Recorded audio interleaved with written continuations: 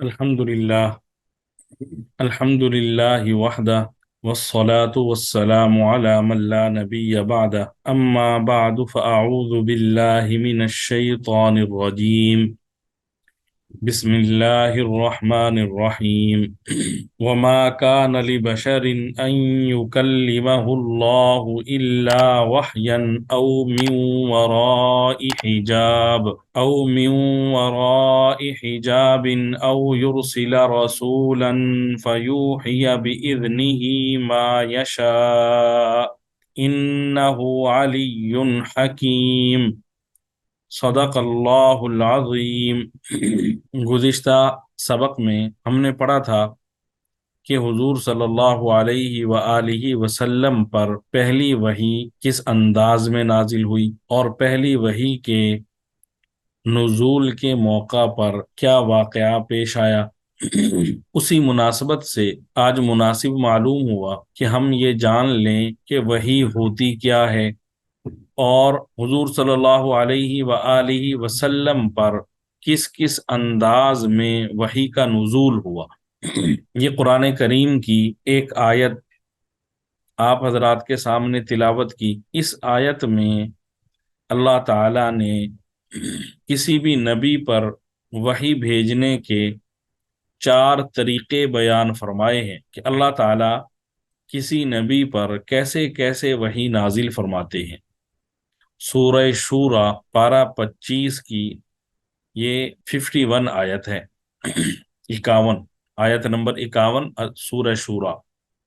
اللہ تعالیٰ فرماتے ہیں وَمَا كَانَ لِبَشَرٍ أَن يُكَلِّمَهُ اللَّهُ إِلَّا وَحْيًا، کسی انسان میں یہ طاقت نہیں ہے کہ اللہ اس سے براہ راست گفتگو فرمائیں، الا وحیا، سوائے اس کے کہ وحی کے ذریعے ہو، او من وراء حجاب، یا اللہ تعالیٰ پردے کے پیچھے سے کلام فرمائیں، او یرسل رسولا، یا اللہ تعالیٰ کسی فرشتے کو بھیج دیں، فیوحی بإذنہ ما یشاء، تو وہ فرشتہ اللہ کے حکم سے، اللہ کی اجازت سے جو اللہ چاہے وہ پیغام نبی کو پہنچا دے۔ انہ علی حکیم، یقیناً اللہ بلند مرتبے والے اور بڑی حکمت والے ہیں۔ تو یہاں پہ اللہ تعالیٰ نے وحی کے جو طریقے بیان فرمائے ہیں ان میں اللہ تعالیٰ نے ایک طریقہ تو یہ بیان کیا کہ اللہ تعالیٰ پردے کے پیچھے سے اس انسان سے کلام فرمائے۔ اصل میں یہ جو جہان ہے، مادی جہان، اس دنیا والا جہان، یہاں پہ کسی انسان کے لیے یہ ممکن نہیں ہے کہ وہ اللہ تعالیٰ سے ہم کلامی کر سکے، اللہ تعالیٰ کو دیکھ سکے۔ حضرت موسیٰ علیہ السلام نے بھی اللہ تعالیٰ سے درخواست کی تھی کہ میں آپ کی زیارت کرنا چاہتا ہوں، تو حضرت موسیٰ علیہ السلام اللہ تعالیٰ کی زیارت نہیں کر سکے۔ اللہ تعالیٰ نے کوہ طور پہ حضرت موسیٰ علیہ السلام کو بلایا اور وہاں حضرت موسیٰ علیہ السلام میں اللہ تعالیٰ نے وہ طاقت پیدا فرمائی کہ جس طاقت کے ذریعے حضرت موسیٰ علیہ السلام نے اللہ تعالیٰ کا کلام براہ راست سنا۔ قرآن کریم میں اللہ تعالیٰ نے اس کا تذکرہ فرمایا ہے وَكَلَّمَ اللَّهُ مُوسَىٰ تَكْلِيمًا، اللہ تعالیٰ نے موسیٰ سے کلام کیا تھا۔ اسی طرح حضور صلی اللہ علیہ وآلہ وسلم جب شب معراج پہ تشریف لے گئے تو اللہ تعالیٰ نے سارے پردے جو تھے انہیں اٹھا دیا اور دوسرے جہان میں اللہ تعالیٰ حضور صلی اللہ علیہ وآلہ وسلم کو لے گئے۔ یہ جو دنیا والا جہان ہے، اس جہان سے دوسرے جہان میں آسمانوں پر عرش معلیٰ پر حضور صلی اللہ علیہ وآلہ وسلم کو لے جایا گیا۔ پھر عرش معلیٰ پہ حضور صلی اللہ علیہ وآلہ وسلم کو اللہ تعالیٰ سے ہم کلامی کا شرف بھی عطا ہوا اور اللہ تعالیٰ کی زیارت کا شرف بھی حضور صلی اللہ علیہ وآلہ وسلم کو عطا ہوا۔ تو سب سے اعلیٰ طریقہ وحی کے نزول کا یہ ہے کہ اللہ تعالیٰ کسی نبی سے براہ راست کلام فرما لیں، لیکن یہ کلام عام طور پہ ہوتا نہیں ہے، کیونکہ یہ جو جہان ہے، اس جہان کا جو نظام ہے اسے معطل کرنا پڑتا ہے اس کے لیے۔ بہرحال حضرت موسیٰ علیہ السلام سے اللہ تعالیٰ نے کلام فرمایا، قرآن کریم میں صراحتاً اس کا تذکرہ ہے، اور حضور صلی اللہ علیہ وآلہ وسلم شب معراج پہ تشریف لے گئے، اور وہاں پہ اللہ تعالیٰ سے ملاقات ہوئی، زیارت ہوئی، اور اللہ تعالیٰ سے ہم کلامی ہوئی۔ تو یہ بھی صریح احادیث سے ثابت ہے، جیسے کہ التشہد جو ہم ہر نماز میں پڑھتے ہیں، یہ بھی اسی ملاقات کا تحفہ ہے۔ 5 نمازیں جو ہم پر فرض ہیں، یہ بھی اسی ملاقات کا تحفہ ہے۔ اسی طرح اللہ تعالیٰ نے وحی کا ایک طریقہ بیان کیا، الا وحین۔ وحی کا ایک طریقہ یہ ہے کہ اللہ تعالیٰ نبی کے دل میں کوئی بات ڈال دے، نبی کے دل میں کوئی بات ڈال دے۔ نبی چونکہ اللہ تعالیٰ کی جانب سے مقرر شدہ ہوتا ہے، اللہ تعالیٰ کی جانب سے ذمہ داریاں ادا کر رہا ہوتا ہے، اس لیے نبی کو، نبی پر جب وحی نازل ہوتی ہے تو نبی کو یقین ہو جاتا ہے، نبی کو علم حاصل ہو جاتا ہے کہ یہ بات میرے دل میں، یہ حکم میرے دل میں اللہ تعالیٰ کی جانب سے ڈالا گیا ہے۔ اور تیسری صورت اس آیت میں اللہ تعالیٰ نے یہ بیان فرمائی، او من وراء حجاب، کہ کسی حجاب کے پیچھے سے اللہ تعالیٰ کسی نبی سے کلام فرمائے۔ اور چوتھی صورت اللہ تعالیٰ نے یہاں پہ یہ بیان فرمائی، او یرسل رسولا، یا اللہ تعالیٰ کوئی فرشتہ بھیج دیں، او یرسل رسولا، اللہ تعالیٰ کوئی فرشتہ بھیج دیں جو اللہ تعالیٰ کا حکم نبی تک پہنچا دے۔ یہ جو اللہ تعالیٰ کی جانب سے کوئی فرشتہ آتا ہے اللہ کا پیغام لے کے، اس کی پھر کئی صورتیں ہو سکتی ہیں۔ ایک صورت یہ کہ حضرت جبریل علیہ السلام اپنی اصل صورت میں نبی کے سامنے آئے، جیسے کہ حضور صلی اللہ علیہ وآلہ وسلم کے سامنے حضرت جبریل علیہ السلام اپنی اصل شکل میں صرف 2 مرتبہ ظاہر ہوئے۔ اور اسی طرح وحی کی ایک صورت یہ ہے کہ فرشتہ کسی انسان کی صورت میں نبی کے سامنے آ جائے۔ چنانچہ مشہور حدیث جبریل ہے، اس میں حضرت جبریل علیہ السلام ایک عام دیہاتی کی صورت میں حضور صلی اللہ علیہ وآلہ وسلم کے پاس تشریف لائے، اور عام طور پہ حضرت جبریل علیہ السلام حضرت دحیہ کلبی رضی اللہ عنہ، مشہور صحابی ہیں، عام طور پر ان کی صورت میں تشریف لایا کرتے تھے۔ اسی طرح وحی کی ایک کیفیت یہ بھی ہے کہ فرشتہ حضور صلی اللہ علیہ وآلہ وسلم کے پاس آئے اور حضور صلی اللہ علیہ وآلہ وسلم کو نظر آئے بغیر اللہ کا پیغام پہنچا دے۔ اسی طرح وحی کی ایک صورت یہ ہے کہ حضور صلی اللہ علیہ وآلہ وسلم کو، نبی کو خواب کے ذریعے اللہ تعالیٰ وہ حکم پہنچا دے، جیسے حضرت ابراہیم علیہ السلام کے بارے میں قرآن کریم میں صراحت ہے کہ انہیں جو اپنے بیٹے کو ذبح کرنے کا حکم دیا گیا تھا، تو وہ حکم کیا تھا کہ اپنے بیٹے کو ذبح کریں، وہ حکم خواب کے ذریعے حضرت ابراہیم علیہ السلام کو دیا گیا تھا۔ تو انبیاء کا جو خواب ہوتا ہے وہ بھی وحی ہوتا ہے، اور اللہ تعالیٰ کی جانب سے اس میں بھی احکام دیے جاتے ہیں۔ یہ تو ہے کس کس انداز میں نبی کے پاس وحی پہنچتی ہے۔ اب جب نبی پر فرشتہ وحی لے کے آتا ہے تو اس وقت حضور صلی اللہ علیہ وآلہ وسلم کی کیفیت کیا ہوتی ہے، اس کے بارے میں بھی احادیث میں صراحت موجود ہے۔ حضرت عائشہ صدیقہ رضی اللہ عنہا فرماتی ہیں کہ ایک مرتبہ حضرت حارث بن ہشام رضی اللہ عنہ نے حضور صلی اللہ علیہ وآلہ وسلم سے سوال کیا، یا رسول اللہ، آپ پر وحی کس طرح نازل ہوتی ہے؟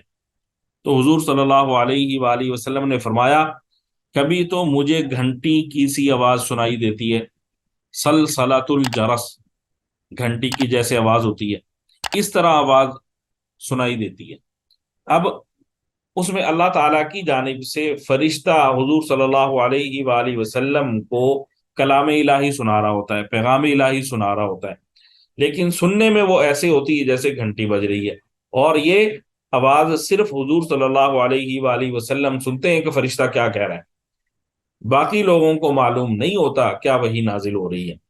ہاں، جب اللہ تعالیٰ چاہیں تو باقی لوگوں کو بھی معلوم ہو سکتا ہے، ورنہ عام طور پہ جب وحی کا نزول ہو رہا ہے، قریب بیٹھے افراد کو یہ معلوم نہیں کہ کیا وحی نازل ہو رہی ہے۔ ہاں، انہیں حضور صلی اللہ علیہ وآلہ وسلم کی کیفیت دیکھ کر اندازہ ہو جاتا تھا کہ اب حضور صلی اللہ علیہ وآلہ وسلم پر وحی کا نزول ہو رہا ہے۔ یہ جو حضور صلی اللہ علیہ وآلہ وسلم نے فرمایا کہ مجھے گھنٹی کی سی آواز سنائی دیتی تھی، اس کے بارے میں احادیث میں آتا ہے کہ حضور صلی اللہ علیہ وآلہ وسلم نے ارشاد فرمایا، مجھ پر سب سے زیادہ سخت وحی کی یہی صورت تھی، وحی کی سب سے زیادہ سخت صورت یہی تھی کہ حضور صلی اللہ علیہ وآلہ وسلم گھنٹی کی سی آواز سنتے تھے، اور حضور صلی اللہ علیہ وآلہ وسلم نے ارشاد فرمایا، جب یہ سلسلہ ختم ہو جاتا، یعنی وحی منقطع ہو جاتی، تو اس کے بعد اس وحی میں اللہ تعالیٰ کی جانب سے جو کچھ حکم دیا گیا ہوتا، جو قرآن کریم کا نزول ہوا ہوتا، وہ مجھے یاد ہو چکا ہوتا تھا۔ اور یہ بھی حضور صلی اللہ علیہ وآلہ وسلم نے حدیث میں بیان کیا کہ کبھی ایسا بھی ہوا کہ فرشتہ ایک آدمی کی صورت میں میرے سامنے آ گیا اور پھر اس نے مجھ سے بات کی۔ اسی طرح حضرت عائشہ صدیقہ رضی اللہ عنہ حضور صلی اللہ علیہ وآلہ وسلم پر وحی کے نزول کی کیفیت بیان فرماتی ہیں کہ میں نے سخت سردی کے دن میں حضور صلی اللہ علیہ وآلہ وسلم پر وحی نازل ہوتے دیکھی، جب وحی کا سلسلہ ختم ہو جاتا تو حضور صلی اللہ علیہ وآلہ وسلم کی پیشانی پسینے سے شرابور ہو چکی ہوتی۔ ایک اور روایت سے معلوم ہوتا ہے کہ حضور صلی اللہ علیہ وآلہ وسلم پر جب وحی نازل ہوتی تو حضور صلی اللہ علیہ وآلہ وسلم کا سانس رکنے لگتا، اتنا سخت یہ مرحلہ ہوتا۔ حضور صلی اللہ علیہ وآلہ وسلم کے چہرہ انور کا رنگ تبدیل ہو جاتا۔ حضرت عائشہ صدیقہ رضی اللہ عنہ فرماتی ہیں کہ وحی کے نزول کے وقت حضور صلی اللہ علیہ وآلہ وسلم کے چہرہ انور کا رنگ کھجور کی شاخ کی طرح زرد پڑ جاتا۔ فرماتی ہیں سامنے کے جو دانت تھے وہ سردی سے کپ کپانے لگتے، اور حضور صلی اللہ علیہ وآلہ وسلم کو اتنا پسینہ آتا کہ اس کے قطرے موتیوں کی طرح ڈھلکنے لگتے تھے۔ اللہ اکبر۔ اور یہ جو وحی کے نزول کی کیفیت ہے، اس کے بارے میں حضور فرماتے ہیں صحابہ کرام رضوان اللہ تعالی علیہ مجمعین کہ اگر کبھی حضور صلی اللہ علیہ وآلہ وسلم اونٹنی پر سوار ہوتے تو اس اونٹنی پر وحی کی شدت کا اتنا بوجھ پڑتا کہ وہ اونٹنی اس سے بیٹھ جاتی، اونٹنی برداشت نہیں کر سکتی تھی، کھڑی نہیں رہ سکتی تھی۔ اور جیسے میں نے ابھی عرض کیا کہ ساتھ والے جو تھے ان کو کیفیت کا معلوم ہوتا تھا کہ اس وقت حضور صلی اللہ علیہ وآلہ وسلم کی جو کیفیت ہے یہ تبدیل ہے، عام کیفیت نہیں ہے، تو وہ اس سے سمجھ جاتے تھے کہ حضور صلی اللہ علیہ وآلہ وسلم پر وحی نازل ہو رہی ہے۔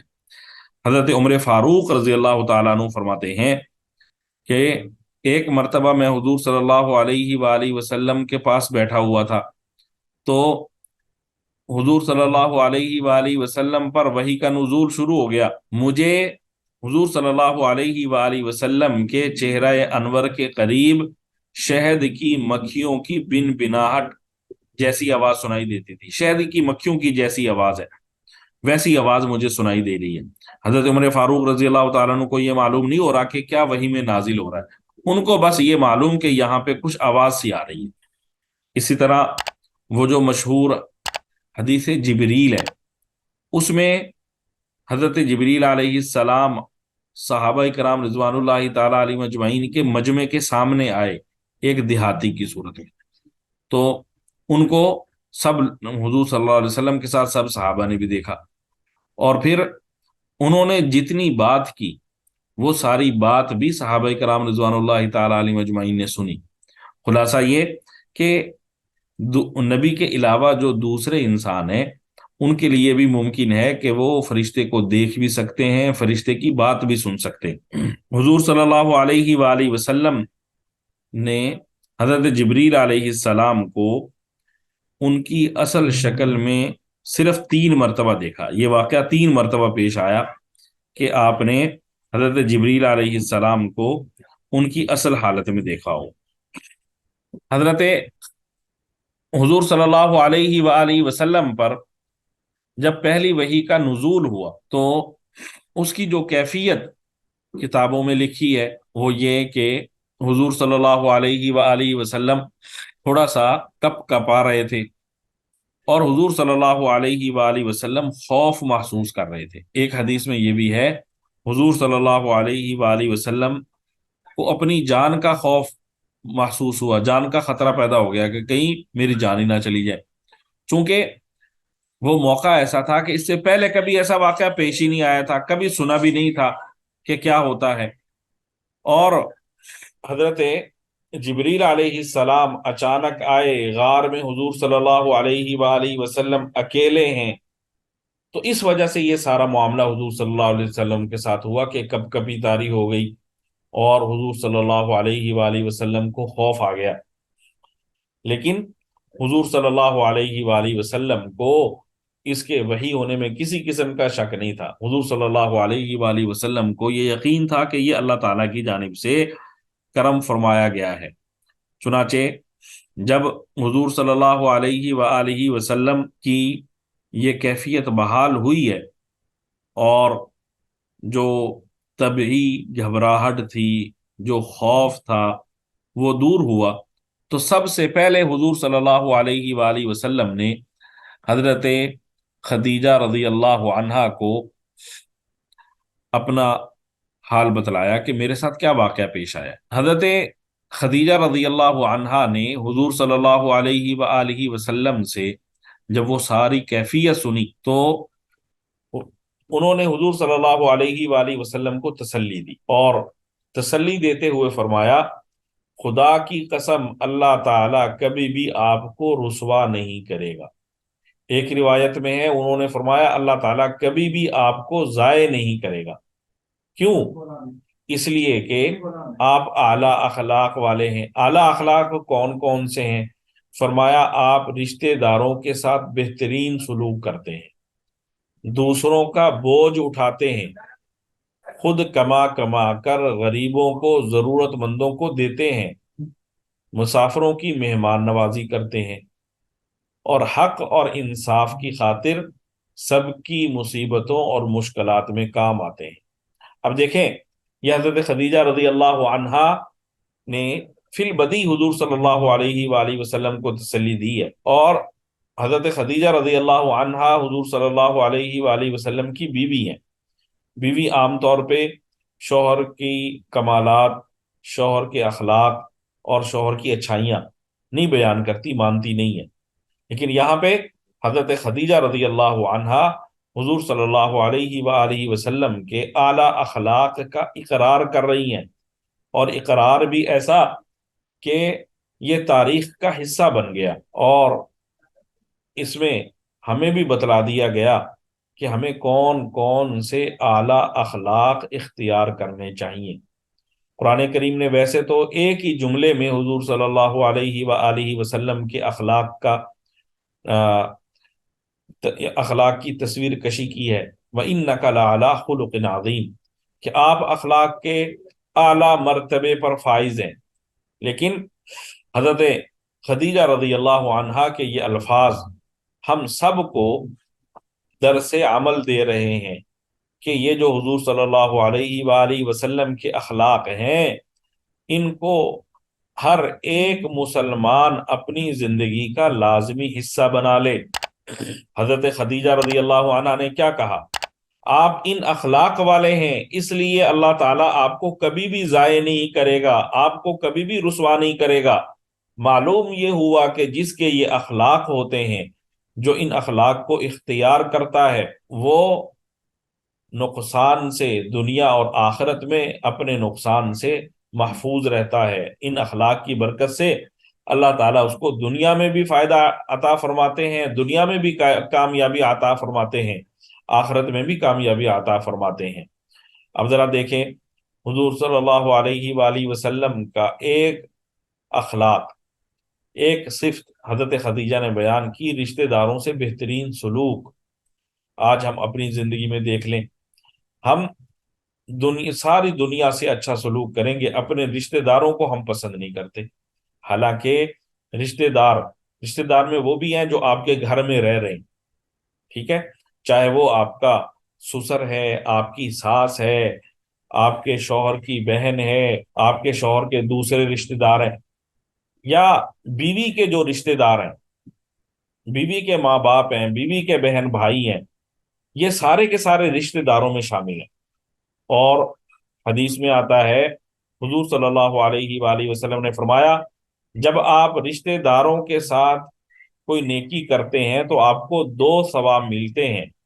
ایک ثواب وہ نیکی کرنے کا، جیسے آپ نے کسی کو کھانا کھلایا تو کھانا کھلانے کا جو ثواب ہے وہ ملے گا۔ دوسرا، وہ کھانا آپ نے اگر رشتہ دار کو کھلایا تو اب رشتہ دار کے ساتھ جو آپ نے اچھا سلوک کیا، اس کا الگ سے ثواب ملے گا۔ تو ایک نیکی آپ عام آدمی کے ساتھ کرتے ہیں، اس پر ایک ثواب ملے گا، اور وہی نیکی آپ اپنے رشتہ دار کے ساتھ کریں گے تو اس پر آپ کو دو ثواب ملیں گے۔ اس لیے ہمیں اپنی چھوٹی چھوٹی باتوں کی وجہ سے رشتہ داروں کے ساتھ اچھا سلوک نہیں چھوڑنا چاہیے، اپنا ثواب ضائع نہیں کرنا چاہیے۔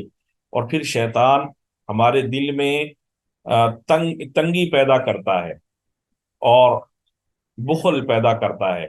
تو ہمیں یہ جو دیکھیں، ہم نے مثال کے طور پہ گھر کے کام تو کرنے ہی کرنے، رشتہ داروں کے ساتھ اچھا سلوک تو کرنا ہی کرنا ہے، وہ ہماری مجبوری ہے۔ لیکن اگر ہم وہ اچھا سلوک ثواب سمجھتے ہوئے کریں گے نا، تو اس کا ثواب زیادہ ہو جائے گا، اور اگر ہم بوجھ سمجھتے ہوئے کریں گے تو ثواب بھی نہیں ملے گا۔ تو اس لیے کھلے دل سے رشتہ داروں کے ساتھ حسن سلوک کا معاملہ کرنا چاہیے۔ دوسرا فرمایا، آپ دوسروں کا بوجھ اٹھاتے ہیں، جیسے کسی بیچارے کے ذمے کچھ قرض ہے، وہ ادا نہیں کر سکتا، تو آپ کے پاس اگر ہمت ہے، توفیق ہے، تو آپ اس کا قرض ادا کرنے میں اس کی مدد کر دیں۔ اسی طرح ہمارے ہاں شادیوں میں نہ جانے کیا کیا سلسلہ ہے، تو کسی کے ساتھ اس کی شادی کے سلسلے میں جائز ضرورت اس کی پوری کر دیں۔ ظاہر ہے ہر ایک بندہ چاہتا ہے عزت کے ساتھ، آبرو کے ساتھ ہمارا یہ معاملہ انجام تک پہنچے۔ اسی طرح دیکھیں، حضور صلی اللہ علیہ وسلم فرما رہے ہیں، حضرت خدیجہ فرما رہی ہیں کہ آپ کما کر اس کے جمع نہیں کرتے، بینک بیلنس نہیں بناتے، اس کو ڈھیر کر کے نہیں رکھ لیتے، بلکہ آپ کماتے ہیں اور اسے ضرورت مندوں پر خرچ کرتے ہیں۔ اب ہم دیکھ لیں، کماتے ہیں پہلے تو خوب اچھی طرح خود استعمال کرتے ہیں، تو یہ منع نہیں ہے، لیکن شریعت کہتی ہے اعتدال کے ساتھ خرچ کرنا چاہیے۔ اور پھر دوسرا، شریعت کہتی ہے جو آپ کے پاس بچ جائے اسے آپ بہت زیادہ جمع کر کے نہ رکھیں، بلکہ اس میں سے کچھ نہ کچھ غریبوں پر، ضرورت مندوں پر بھی خرچ کریں۔ تو ہمیں اپنے رشتہ داروں میں، اپنے محلے میں، اپنے تعلق والوں میں جو ضرورت مند ہو ان پر خرچ کرنا چاہیے۔ اسی طرح حضور صلی اللہ علیہ وسلم کی ایک صفت بیان کی، مسافروں کی مہمان نوازی۔ اس میں اس وقت جو ماحول تھا وہ تو اوپن ماحول جسے ہم کہتے ہیں نا، وہ تھا کہ کوئی بھی مہمان آ گیا تو کوئی بھی شخص، کوئی رشتہ داری نہیں، کوئی تعلق نہیں، اس کی مہمان نوازی کر دیتا تھا۔ اور حضور صلی اللہ علیہ وآلہ وسلم اسی طرح مہمان نوازی کیا کرتے تھے۔ رشتہ داروں کی، تعلق والوں کی مہمان نوازی تو فرض سمجھتے تھے، لیکن جو عام افراد جن کا کوئی تعلق واسطہ نہیں، رشتہ داری نہیں، ان کی بھی مہمان نوازی کیا کرتے تھے۔ اور آج ہم ہیں کہ ہمارے پاس ہمارے جاننے والا، تعلق والا، بعض اوقات رشتہ دار مہمان آ جاتا ہے تو ہم اس کو بوجھ سمجھ رہے ہوتے ہیں، حالانکہ یہ مہمان تو اللہ تعالیٰ کی طرف سے ہمارے لیے تحفہ ہوتا ہے۔ ہمیں مہمان پر خرچ کر کے تو اللہ کو راضی کرنا چاہیے، خوش کرنا چاہیے۔ اسی طرح حق اور انصاف کی خاطر مصیبتیں اور مشکلات میں دوسروں کے کام آنا۔ اب ہم کیا کرتے ہیں کہ جب بھی کوئی اس قسم کا معاملہ پیش آتا ہے تو ہم سب سے پہلے یہ دیکھتے ہیں جو ہمارے تعلق والا ہے، جو ہمارا رشتہ دار ہے، وہ ظالم ہے یا مظلوم ہے، اور پھر ہم اپنی رشتہ داری کی بنا پر، تعلق کی بنا پر اس کا ساتھ دینا شروع کر دیتے ہیں، اس کو نظر انداز کر دیتے ہیں کہ اس نے ظلم کیا ہے، وہ ظالم بھی ہوتا ہے تو ہم پھر بھی اس کی سائڈ لے رہے ہوتے ہیں۔ تو ہمیں یہ اعلیٰ اخلاق حضور صلی اللہ علیہ وآلہ وسلم نے عطا فرمائے ہیں، ہمیں ان سے سیکھنا ہے، اور حضور صلی اللہ علیہ وآلہ وسلم کے اخلاق کے مطابق اپنی زندگی میں اخلاق لانے۔ حضور صلی اللہ علیہ وآلہ وسلم پر یہ پہلی وحی نازل ہوئی، تو اس سے حاصل کیا ہوتا ہے؟ اس وحی کا جو انداز ہے، جو واقعہ پیش آیا، اس میں ہمارے لیے کیا کیا سبق پوشیدہ ہے، اس کے بارے میں علماء نے لکھا ہے کہ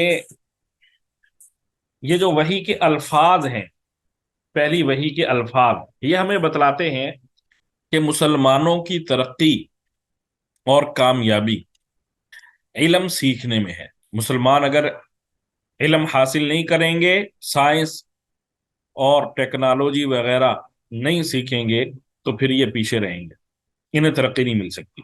اب ذرا دیکھیں، پہلی وحی میں اللہ تعالیٰ فرماتے ہیں اقرأ بسم ربک الذی خلق، پڑھو اپنے پروردگار کا نام لے کر جس نے سب کچھ پیدا کیا۔ خلق الانسان من علق، اس نے انسان کو جمے ہوئے خون سے پیدا کیا۔ اقرأ وربک الاکرم، پڑھو اور تمہارا پروردگار سب سے زیادہ کرم والا ہے۔ الذی علم بالقلم، جس نے قلم سے تعلیم دی۔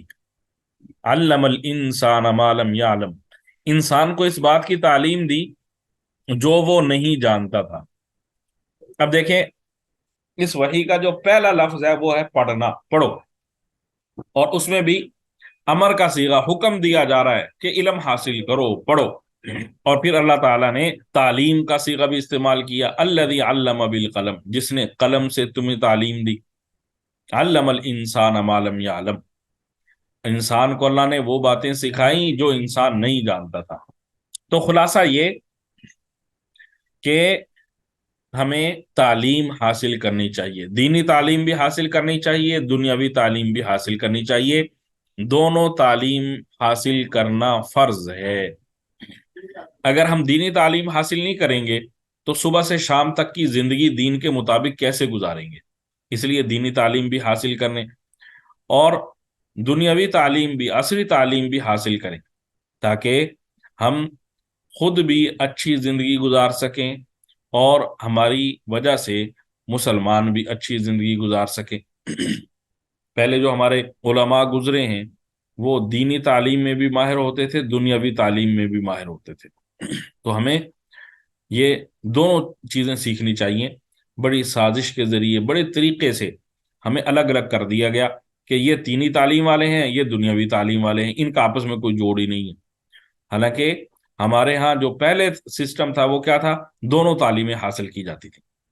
اسی طرح حضور صلی اللہ علیہ وآلہ وسلم پر پہلی وحی جس کیفیت میں نازل ہوئی وہ دیکھیں، حضور صلی اللہ علیہ وآلہ وسلم کو انہوں نے بھینچا، حضور صلی اللہ علیہ وآلہ وسلم پر کپ کپی طاری ہو گئی، خوف طاری ہو گیا۔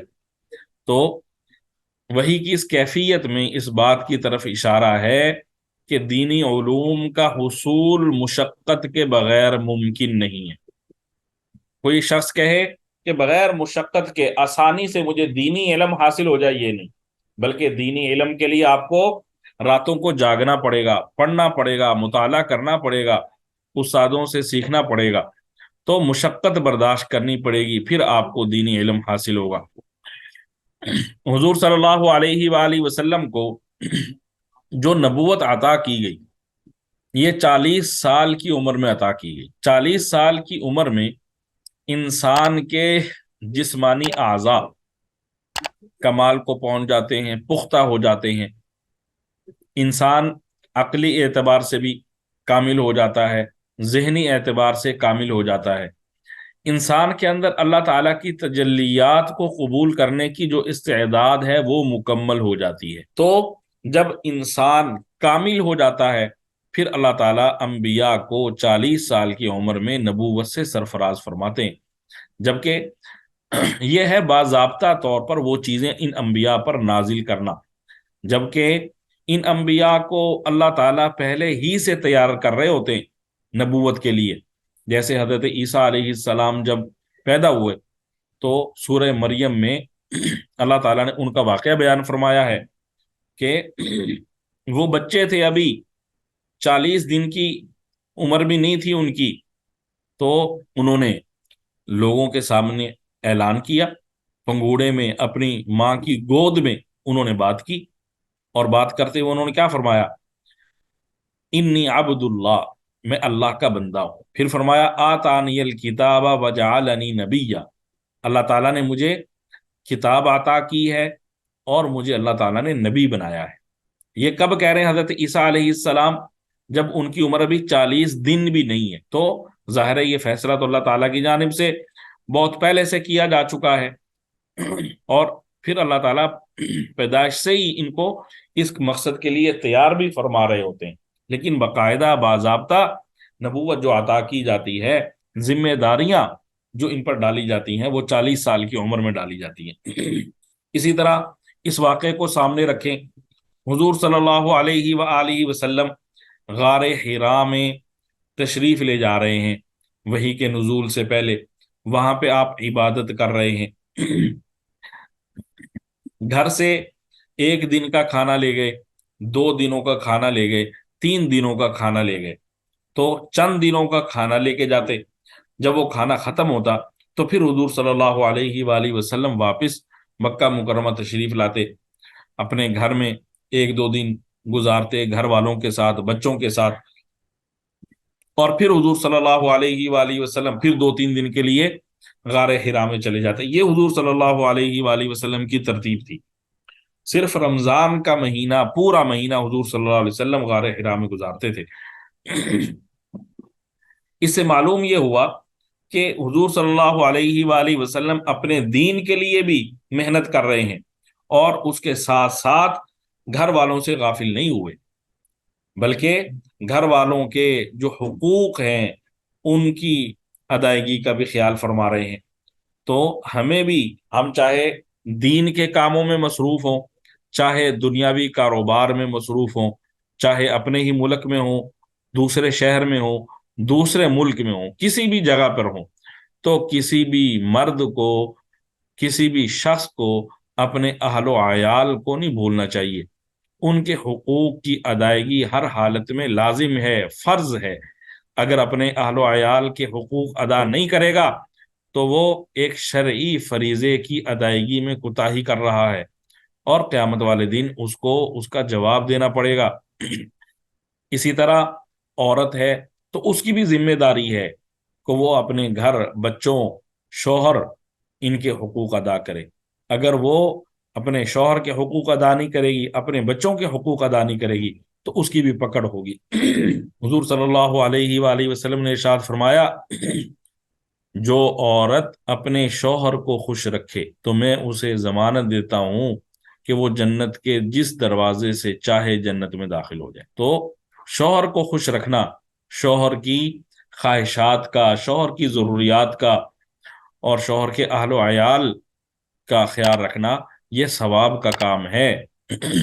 اور یہ صلہ رحمی میں بھی آتا ہے، رشتہ داری کو جوڑنا، رشتہ داری کے ساتھ بہترین سلوک، جیسے ابھی گزرا، تو اس کا ہمیں خیال کرنا چاہیے۔ اسی طرح آپ جہاں کہیں بھی ہیں تو آپ کو اپنے حالات سے اپنے گھر والوں کو مطلع رکھنا چاہیے، باخبر رکھنا چاہیے۔ یہ نہیں کہ آپ کے ساتھ نہ جانے کیا کچھ پیش آ رہا ہے اور آپ اپنے گھر والوں کو نہیں بتا رہے۔ اپنے والدین، اپنی اولاد، اپنا شوہر، اپنی بیوی، ان کے ساتھ اپنی جو زندگی کے معاملات ہیں وہ شیئر کرنے چاہیے، تاکہ ان کو بھی معلوم ہونا کہ ہمارے گھر والوں کے ساتھ کیا معاملات چل رہے ہیں۔ اپنے دل ہی دل میں رکھنا، برداشت کر لینا، ان کو نہ بتانا، یہ آپ اپنے ساتھ بھی زیادتی کرتے ہیں، ان کے ساتھ بھی زیادتی کرتے ہیں۔ خدا نہ خواستہ اچانک کچھ ہو گیا، کوئی مسئلہ ہو گیا، تو ان کو تو پتہ ہی نہیں کیا ہوا۔ حضور صلی اللہ علیہ وآلہ وسلم دیکھیں، غار حرا میں جا رہے ہیں، حضرت خدیجہ کو بتا کے جا رہے ہیں، گھر والوں کو معلوم ہے کہ وہاں پر ہیں حضور صلی اللہ علیہ وآلہ وسلم۔ اس لیے اپنے حالات سے اپنے گھر والوں کو باخبر رکھنا چاہیے۔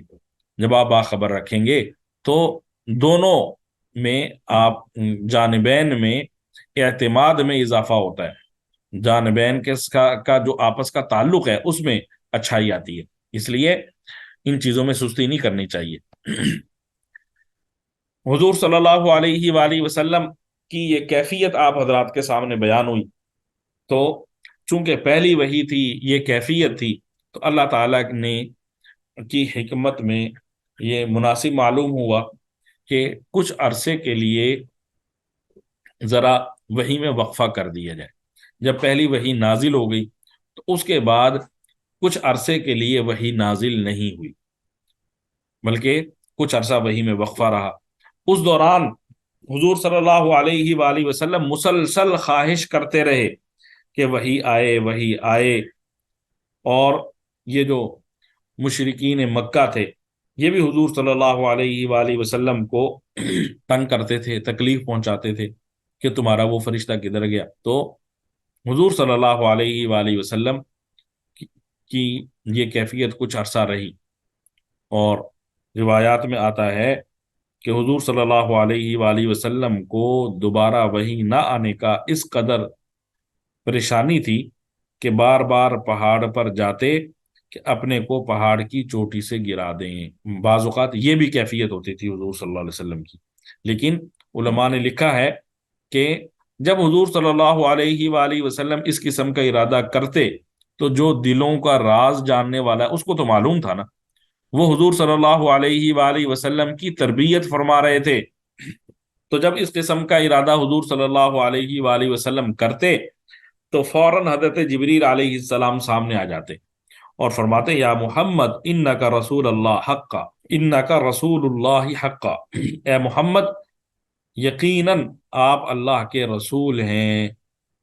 تو اس طرح حضور صلی اللہ علیہ وآلہ وسلم کو ذرا سکون مل جاتا، اور وہ جو بے چینی والی کیفیت تھی وہ ختم ہو جاتی۔ اب چونکہ وحی نہیں آ رہی تھی، وقفہ تھا، ادھر سے مشرکین مکہ بھی تنگ کیا کرتے تھے حضور صلی اللہ علیہ وآلہ وسلم کو، تو حضرت خدیجہ رضی اللہ عنہا نے حضور صلی اللہ علیہ وآلہ وسلم سے ایک مرتبہ فرمایا کہ جو فرشتہ آپ کے پاس نازل ہوتا ہے، دیکھیں واقعتاً یہ فرشتہ ہی ہے یا جیسے لوگ کہتے ہیں شیطان ہے، کہیں یہ شیطان ہے؟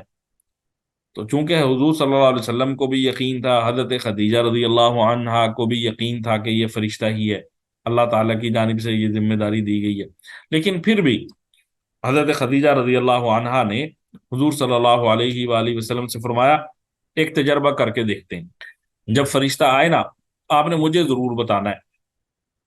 تو جب حضور صلی اللہ علیہ وآلہ وسلم کے پاس حضرت جبریل علیہ السلام آئے نا، تو حضور صلی اللہ علیہ وآلہ وسلم نے حضرت خدیجہ کو بتلا دیا۔ حضرت خدیجہ رضی اللہ عنہا نے حضور صلی اللہ علیہ وآلہ وسلم سے فرمایا کہ آپ نا میری آغوش میں آ جائیں۔ تو حضور صلی اللہ علیہ وآلہ وسلم ان کی آغوش میں چلے گئے، تو حضرت خدیجہ نے اپنا سر کھول دیا، اوڑھنی جو تھی نا اسے کھول دیا، اور حضور صلی اللہ علیہ وآلہ وسلم سے کہنے لگی، بتائیں آپ کو جبریل نظر آ رہے ہیں؟ حضور صلی اللہ علیہ وآلہ وسلم نے فرمایا نہیں۔ حضرت خدیجہ رضی اللہ عنہا نے فرمایا، آپ کو بشارت ہو، خدا کی قسم یہ فرشتہ ہے، شیطان نہیں۔ کیوں؟ اس لیے کہ اگر یہ شیطان ہوتا تو اس کیفیت میں نہ بھاگتا، اس کیفیت میں بھی نظر آتا، کیونکہ شیطان اسی قسم کی چیزیں چاہتا ہے۔ اور چونکہ یہ فرشتہ ہے اس لیے جب اس نے دیکھا نا میاں بیوی اکٹھے ہو رہے ہیں تو وہ فوراً غائب ہو گئے۔ تو اس طرح حضرت خدیجہ رضی اللہ عنہا نے حضور صلی اللہ علیہ وآلہ وسلم کو تسلی دی۔ اس کے ساتھ دیکھیں، آپ لوگوں نے اب تک یہی سنا ہوا ہے کہ پہلی وحی کے موقع پر یہ سورہ علق کی پہلی 5 آیات نازل ہوئی بس۔ حضرت مولانا ادریس کاندھلوی صاحب رحمۃ اللہ علیہ اپنی کتاب سیرت المصطفیٰ میں بخاری شریف اور حدیث کی دیگر کتب سے انہوں نے یہ بات لکھی ہے کہ غار حرا میں جب پہلی وحی حضور اکرم صلی اللہ علیہ وآلہ وسلم پر نازل ہوئی تو اس موقع پر مزید کیا ہوا؟ فرماتے ہیں کہ حضرت جبریل علیہ السلام غار حرا میں تشریف لائے تو انہوں نے غار حرا میں کسی جگہ پہ اپنی ایڑی ماری۔ زمین پر ایڑی مارنے کی وجہ سے، ٹھوکر جسے ہم کہتے ہیں نا ٹھوکر مارنا، تو اس کی وجہ سے زمین سے ایک چشمہ جاری ہو گیا۔ حضرت جبریل علیہ السلام نے اس پانی سے وضو کیا۔ حضور صلی اللہ علیہ وآلہ وسلم انہیں دیکھ رہے ہیں۔ پھر حضور صلی اللہ علیہ وآلہ وسلم نے بھی حضرت جبریل علیہ السلام کے ساتھ وضو کیا ان کی طرح، ان کے بعد حضرت جبریل علیہ السلام کی طرح وضو کیا۔ پھر حضرت جبریل علیہ السلام نے حضور صلی اللہ علیہ وآلہ وسلم کو 2 رکعت نماز پڑھائی۔ امام تھے حضرت جبریل علیہ السلام، مقتدی تھے حضور صلی اللہ علیہ وآلہ وسلم۔ تو پہلی وحی میں حضور صلی اللہ علیہ وآلہ وسلم کو وضو کرنے کا طریقہ سکھلایا گیا، نماز پڑھنے کا طریقہ سکھلایا گیا۔ پھر یہ جو دوسری وحی نازل ہوئی نا، دوسری یا تیسری، اختلاف ہے کہ دوسری وحی کون سی تھی، تیسری وحی کون سی تھی۔ سورہ مدثر اور سورہ مزمل، یہ ہیں دوسری اور تیسری وحی۔ تو سورہ مزمل میں اللہ تعالیٰ نے تہجد کی نماز فرض فرما دی، یعنی دوسری یا تیسری وحی میں تہجد کی نماز فرض قرار دے دی گئی۔ ایک روایت میں ہے خود حضور صلی اللہ علیہ وآلہ وسلم نے فرمایا کہ ابتدائے وحی کے وقت جبریل علیہ السلام نے مجھے وضو اور نماز کی تعلیم دی۔ بہرحال شروع ہی سے حضور صلی اللہ علیہ وآلہ وسلم نماز پڑھتے تھے۔ وحی کے نزول سے پہلے نماز ثابت نہیں ہے، لیکن جب حضور صلی اللہ علیہ وآلہ وسلم پر وحی نازل ہوئی تو اس کے بعد حضور صلی اللہ علیہ وآلہ وسلم مسلسل نماز پڑھتے رہے ہیں۔ اور ایک روایت میں یہ بھی ہے کہ ابتدا میں 2 رکعت صبح کے وقت اور 2 رکعت شام کے وقت فرض ہوئی تھی، اور پھر شب معراج میں اللہ تعالیٰ نے 5 نمازیں فرض فرمائیں۔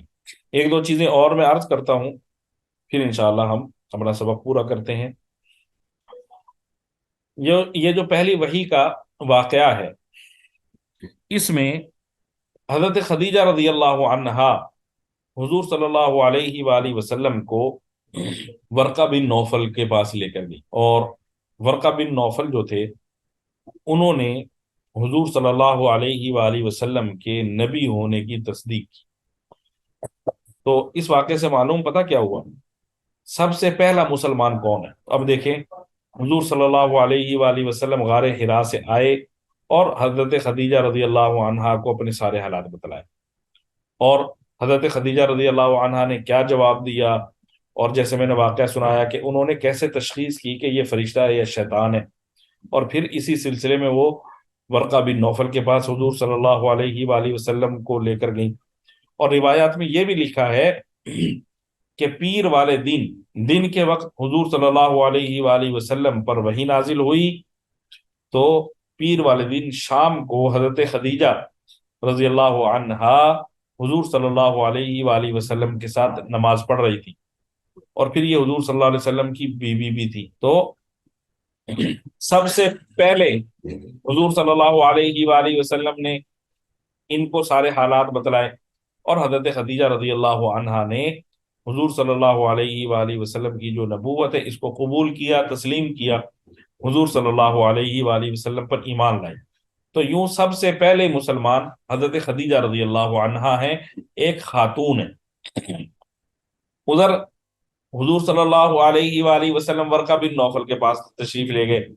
تو ورقہ بن نوفل نے جو حضور صلی اللہ علیہ وآلہ وسلم سے باتیں کی ہیں، ان میں سے ایک بات یہ کہ انہوں نے کہا یہ وہی فرشتہ ہے جو موسیٰ علیہ السلام پر نازل ہوتا تھا. کاش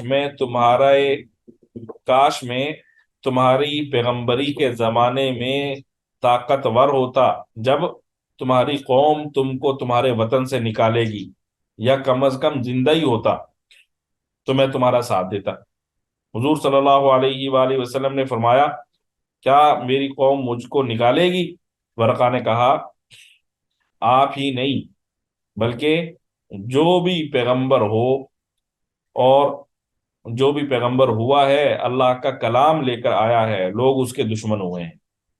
اگر میں نے آپ کا وہ زمانہ پایا تو میں آپ کی پرزور مدد کروں گا. اسی طرح ایک اور روایت میں ہے کہ ورقہ بن نوفل نے کہا میں آپ کو بشارت ہو، میں گواہی دیتا ہوں کہ آپ وہی نبی ہیں جن کی حضرت عیسیٰ علیہ السلام نے خوشخبری دی تھی، اور آپ حضرت موسیٰ علیہ السلام کی طرح نبی ہیں، اور آپ کو عن قریب اللہ تعالیٰ کی طرف سے جہاد کا حکم دیا جائے گا. اور ایک روایت میں یہ بھی ہے کہ ورقہ بن نوفل نے حضور صلی اللہ علیہ وآلہ وسلم کے سر کو بوسہ دیا. تو ان سب چیزوں سے یہ معلوم ہوتا ہے کہ ورقہ بن نوفل بھی حضور صلی اللہ علیہ وآلہ وسلم پر ایمان لے آئے تھے. تو یہ دوسرے مسلمان ہیں ورقہ بن نوفل. اور پھر ورقہ بن نوفل زیادہ عرصہ زندہ نہیں رہے، تھوڑے عرصے کے بعد ہی ان کا انتقال ہو گیا. سنن ترمذی میں ہے کہ حضرت خدیجہ رضی اللہ عنہا نے ایک مرتبہ حضور صلی اللہ علیہ وآلہ وسلم سے عرض کیا کہ ورقہ نے آپ کی نبوت و رسالت کی تصدیق کی تھی، لیکن آپ کے اعلان دعوت سے پہلے ہی وفات پا گئے. یعنی جب آپ کو عام دعوت دینے کا حکم نہیں ہوا تھا، اس سے پہلے ان کی وفات ہو گئی. تو اب ان کے بارے میں آپ کا کیا خیال ہے؟ وہ مسلمان تھے نہیں تھے؟ ان کی کیا کیفیت ہے؟ حضور صلی اللہ علیہ وآلہ وسلم نے فرمایا میں نے ورقہ کو خام میں دیکھا کہ سفید لباس میں ہے، اگر وہ جہنم والوں میں سے ہوتے تو کسی اور لباس میں ہوتے. ان کا سفید لباس میں ہونا یہ ان کے جنتی ہونے کی نشانی ہے. اور کون کہہ رہا ہے؟ حضور صلی اللہ علیہ وآلہ وسلم. اسی طرح سیدہ عائشہ صدیقہ رضی اللہ عنہا فرماتی ہیں کہ حضور صلی اللہ علیہ وآلہ وسلم نے فرمایا ورقہ بن نوفل کو برا مت کہو، میں نے اس کے لیے جنت میں ایک باغ یا دو باغ دیکھے ہیں. تو اس طرح معلوم یہ ہوا کہ پہلے جو مسلمان ہیں وہ حضرت خدیجہ رضی اللہ عنہا ہیں، اور دوسرے مسلمان حضرت ورقہ بن نوفل ہیں، اور تیسرے مسلمان حضرت علی رضی اللہ تعالیٰ عنہ ہیں، چوتھے مسلمان ہیں حضرت زید بن حارثہ رضی اللہ عنہ. یہ تین حضرت خدیجہ، حضرت علی، حضرت زید بن حارثہ یہ حضور صلی اللہ علیہ وسلم کے گھر کے افراد تھے. اور یہ ورقہ بن نوفل بالکل کمزور تھے، بڑھاپا تھا ان کا. تو ان کے بعد پانچویں نمبر پہ حضرت ابو بکر صدیق رضی اللہ تعالیٰ عنہ مسلمان ہوئے. ٹھیک ہے جی. وہ ایسے آدمی تھے جو اس وقت سب سے زیادہ جو ہے نا معاشرے میں معتبر تھے، مستند تھے، اور ان کے آنے سے حضور صلی اللہ علیہ وآلہ وسلم کو تقویت حاصل ہوئی، مدد حاصل ہوئی، اور انہوں نے حضور صلی اللہ علیہ وآلہ وسلم کا پہلے دن سے لے کے آخری دن تک ساتھ دیا. اور اس ساتھ کا کمال یہ ہے، انتہا یہ ہے کہ ان کو بعد از وفات بھی حضور صلی اللہ علیہ وآلہ وسلم کا ساتھ نصیب ہوا. ظاہر ہے یہ بات کسی کو ہی نصیب ہوتی ہے. تو حضرت علی رضی اللہ تعالیٰ عنہ نے اسلام کیسے قبول کیا، حضرت زید بن حارثہ رضی اللہ عنہ نے کیسے قبول کیا، حضرت ابو بکر صدیق رضی اللہ تعالیٰ عنہ. ارادہ تو آج ہی تھا ان حضرات کے واقعات عرض کرنے کا. انشاءاللہ آئندہ سبق میں ہم ان حضرات کا، اور جو حضرات بالکل ابتدائی زمانے میں مسلمان ہوئے، ان کے حالات پڑھیں گے، ان کے ساتھ کیا واقعات پیش آئے، انشاءاللہ وہ بالتفصیل عرض کیے جائیں گے. صلی اللہ علیہ وآلہ وسلم. اللہ تعالیٰ آپ سب کو خوش رکھے، آپ سب کے گھروں میں اللہ تعالیٰ رحمتیں برکتیں عطا فرمائے، ہر قسم کے شرور سے اللہ تعالیٰ حفاظت فرمائے، اللہ تعالیٰ مظلوم فلسطینیوں کی مدد فرمائے، ظالموں کو اللہ تعالیٰ ذلیل و رسوا فرمائے، ظالموں کو نیست و نابود فرمائے۔ صلی اللہ علیہ وآلہ وسلم۔